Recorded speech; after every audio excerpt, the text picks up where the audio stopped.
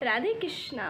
देखिए, कहते हैं कि सर्वम राधा जीवनम यस्य राधा, राधा राधा वाची किम तस्य शेषम। मतलब दुनिया में कुछ भी चीज़ ज़रूरी नहीं होती, भगवान का नाम ज़रूरी होता है। तो हमारे ब्रज में कहते हैं कि सर्वम राधा जीवनम यस्य राधा, कि सब कुछ राधा है, जीवन सिर्फ राधा है। राधा नाम पर हम अपने जीवन को बिताते हैं और मुख पर सिर्फ राधा राधा नाम होता है निरंतर। यदि हम किसी से मिल भी रहे हैं ना, तो हम एक की बात कहते हैं, राधे राधे।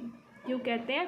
क्योंकि क्या पता हमारे मुख से कोई गलत शब्द निकल जाए, तो इससे अच्छा है ना ऐसे शब्द को निकालें ही क्यों जो सामने वाले को दुख पहुंचाए।